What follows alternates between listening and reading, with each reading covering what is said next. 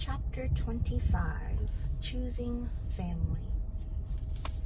I just want to live with you, I said to my mother at 13. I don't want to go back and forth anymore. No longer did I want to count the days down to the 16th. I wanted to live with my mom full time. Her eyes lit up. Her posture straightened.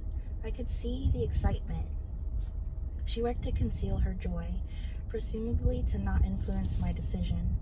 I could tell she was happy, which made me happy.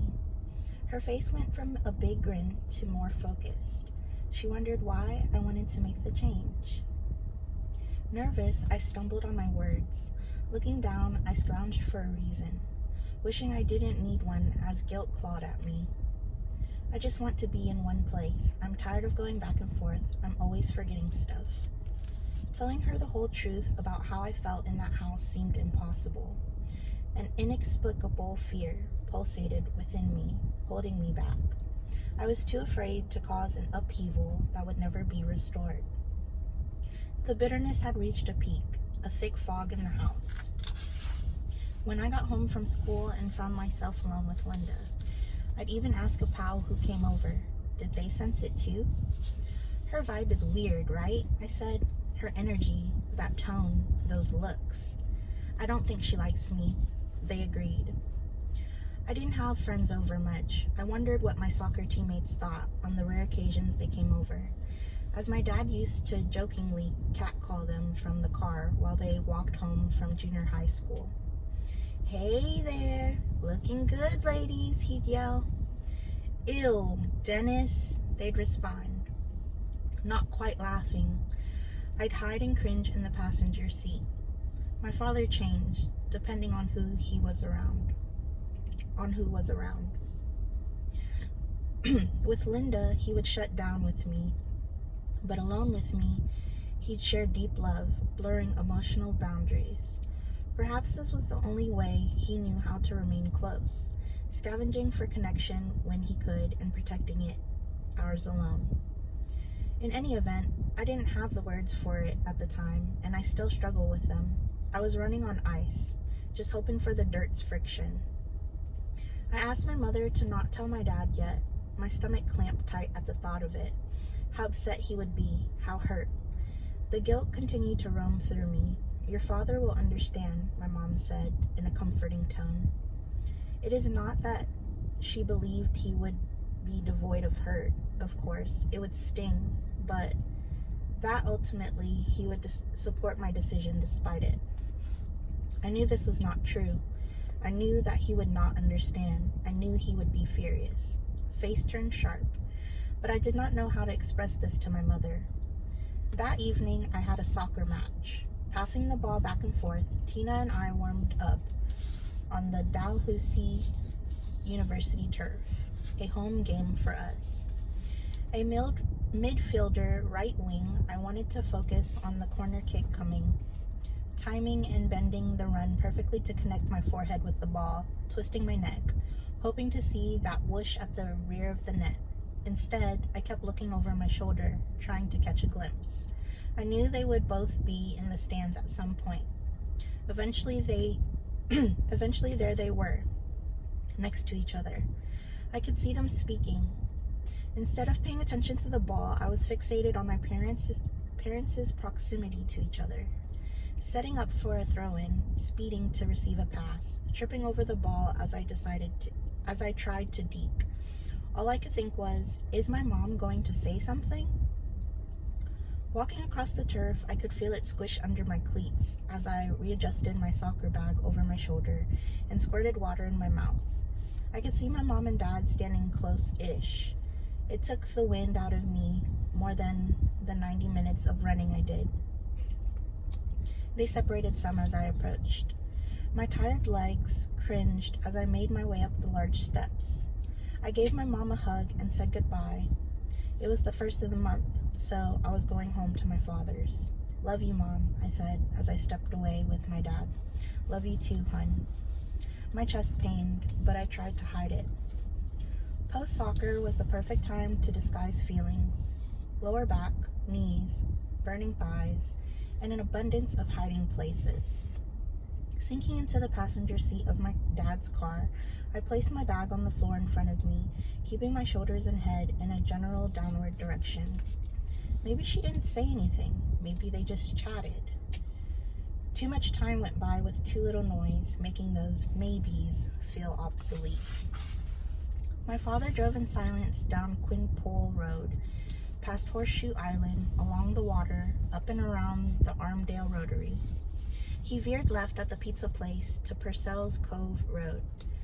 As we approached and turned into our neighborhood, the vehicle did not slow. I caught a glance of my dad, who I am sure knew I was looking, but kept his gaze solidly ahead. His mouth was tight.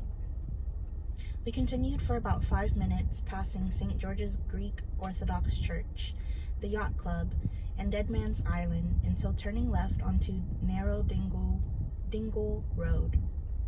Surrounded by thick trees and the occasional home, the car wound down to arrive at Sir Sanford Fleming Park, most known as the Dingle. The bottom of the park sits on the water. My dad turned into the gravel lot, not far from the 132-foot stone tower that was built in the early 20th century. We'd walked to the top with Linda, Scott, and Ashley a few years prior. 2 large bronze lions sit on either side of the entrance, always asking to be climbed on. I remember the tower having more stairs than I would have liked, but the view was worth it, and so was the scoop of moon mist after. A delicious ice cream flavor that I only just learned is specific to Nova Scotia. He parked in the shade and turned off the ignition. It was early evening. There were not many people about, just 2 other cars in the wide lot. Looking forward, his hands were still on the wheel. I sat silently. He turned to me. His eyes welled up. "You want to go live at your mom's?" He started to cry. It sucked the breath from me. I just stared, unsure what to do, unsure what was next. "Why don't you want to live with us anymore?" His head dropped. The crying turned into sobbing. "You love your mother more than me?" The weeping continued. Shoulders rising and falling, he looked at me, and his sad eyes hit like a rock. I could feel their weight. "Do you not love me?" My chest caught fire with panic. My stomach plummeted like a fair ride, leaving a ring in the ears. He turned back. The bawling did not stop. I undid my seatbelt and clambered over the center console to hug my father. I wrapped my arms around him, rubbing his back as he cried. My body shook. What had I done? Eyes shut as I held tight. I wish I'd said nothing, desperate to take it back. "I love you. I am sorry." "I still want to go back and forth. I'm sorry," I said with a pleading tone. "Well, are you sure, though?" he replied. His shoulders slowly returned to their normal state as he wiped away tears. "Yes, I'm sure. I want to live with Mom and you." The emotion calming down to sniffles, I sat back down and clicked my seatbelt back into place. "I love you so much," he said as he turned on the car. The gravel crunched as he reversed. "I love you too," and we drove home. When we got back, it was as if nothing had happened, just a blip. Alone in the car, I was desperately wanted. Now here we were at the dinner table. He cut his food with a dour expression. The silence evaporated my appetite. Or was it the guilt? I wanted to disappear. My father called that night to let my mother know that I had changed my mind. He told her the only reason I wanted to live at my mom's full-time in the first place was because I missed the dog. I assumed his frown turned into a gloating smirk, thrilled to update her. My mother never brought it up. We did not speak of it. I felt too scared to say one more word about it. In the car, I had watched my father's heart crack. A wave of emotion I'd never seen. Dismantling. "You did a horrible and hurtful thing, I think." I knew I could never cause him to feel such a way again, or anyone, so I kept going back and forth between households. That seemed to smooth things out. I can see now how moments like these, between me, my mom, my dad, silently paved the way for my future relationship dynamics. I would throw the feelings aside, worried I'd get in trouble for having them, remaining in situations a lot longer than I should have, hide my truth. Inevitably, this would always lead to more damage and more harm. Like the many ways in which I have been difficult for people, my abrupt shifts, shutting down mixed with the instinct to run, being dishonest because I felt so irrationally frightened. It is fruitful to dig through the muck. It was not too long after my 30th birthday that I had made the decision to stop talking to my father for a while. My ability to suppress my feelings waning, a mental storm, a collision. I'd unconsciously chipped away to reach the bottom. For the first time, I was acknowledging my transness out loud, allowing this knowledge to breathe without obstruction, brief moments, sparks, not just grazing it, but holding. This understanding did not stop at my gender. Finally, I was on the verge of disentangling myself from toxic family dynamics, at last able to find the words. I sent him a short and direct email stating I needed space and wouldn't be able to come home for some time. I'd never given myself permission to speak up to him, to own what I'd experienced in that household and its lasting impact. His response was as I expected, not good. He didn't seem capable of taking responsibility for anything I shared. My father had acknowledged Linda's treatment of me back in my early 20s when I brought it up over coffee. There had been noticeable distance. I was on a rare trip home, and my father and I were in a small, intimate cafe on Hollis Street in downtown Halifax. It feels like you don't miss us, that you never want to see us, my father said. Looking down at my double Americano, I wasn't sure how to respond. Even when my stepbrother and stepsister's father died, I didn't travel back for the funeral. In therapy, I couldn't explain why. I had no answer. I lay on the floor, crying, my stomach full of nails, a sharp pain, an unknown origin. It felt physically impossible. Understandably, my siblings may have never forgiven me for that. I feel so disconnected from you, he followed up. I had no plan to have the conversation, it just came out. Linda was pretty horrible to me when I was growing up, and it has affected me, and I'm finding it hard to be home and around you, I said. He wasted no time, agreeing instantly. I was not yet capable of approaching my father about other things. Showing hints of relief, he was able to pin it all on her. Why'd you not do something if you knew? I asked. I did. 90% of our fights were about you, he echoed the line from my childhood. I felt a glimmer of hope, the hold that family has over us.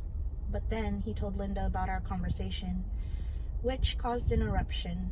She quickly wrote me a long letter, an apology, which was less of an apology and more of an explanation, outlining all of the reasons that caused her hostility. I was a kid. Reasons that ultimately had nothing to do with me. You should forgive Linda, my dad said to me 48 hours later. It would be good for you. I sunk. I had to say it. That's how it felt, at least. An obligation. For them, but mostly for him. It's that moment. The body freezes. Autopilot. The words ejected for a steady landing. Like ringing those like writing those birthday cards. A hand, not my own. We cried and hugged. Linda said she was sorry, that she loved me. I forgive you, I said, but I didn't. Not yet, at least. But by the time I was 30, my father's means of control faltered. Suddenly, I could see through it, aghast. I hadn't before, shedding the reflex to throw my feelings aside, to make myself disappear. I haven't spoken to my father in 5.5 years. When I first sent an email saying I needed space and wouldn't be able to come home for a while, it did not go over well. There have been unpleasant email exchanges from time to time, but that has been the extent of it. Not long ago, I suggested we Zoom with a moderator, a family therapist of some sort, but initially he refused, saying he would only meet alone. Eventually he agreed, but the conversation felt frustratingly similar to our previous interactions, without much resolution. To be frank, it is hard to imagine a relationship again. Dennis and Linda support those with massive platforms who have attacked and ridiculed me on a global scale. Regardless of everything before, it's painful to think that someone who parented you could support those who deny your very existence. I will receive enormous waves of hate, not because I made harmful jokes, but because I am trans. It often seems like more people step forward to defend being unkind than they do to support trans people, as we deal with an onslaught of cruelty and violence. When Jordan Peterson was let back on Twitter after he made a horrific tweet about me, he posted a video, just his head filling the frame. Staring menacingly into the camera, he said, "We'll see who cancels who." My dad liked it. I have no clue what my father thinks of his son at this point, what he says, how he explains my absence. I do know that I am blamed, the one who made the mess, that little skid mark.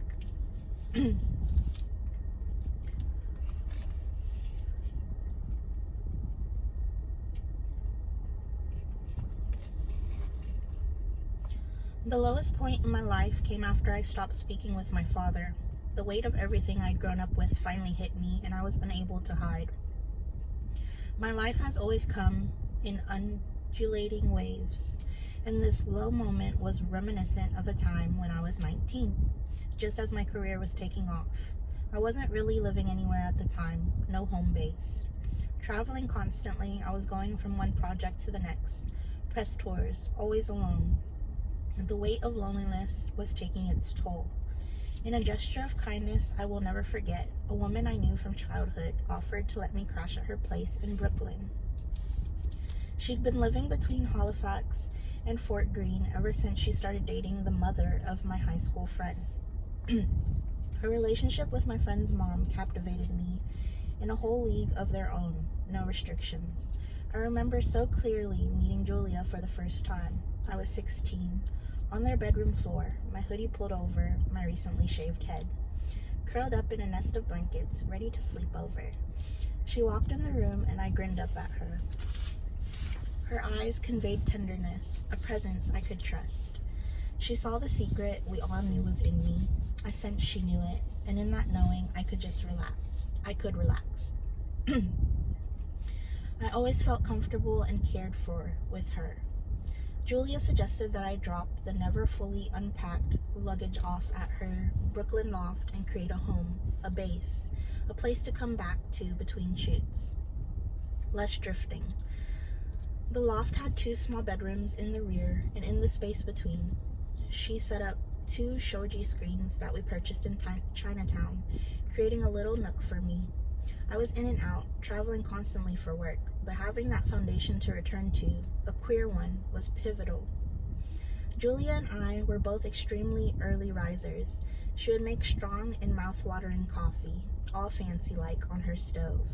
We'd hit the streets in the morning, barely past dawn, taking the dogs, Scooby and Dolly, on a looping walk around Fort Greene Park.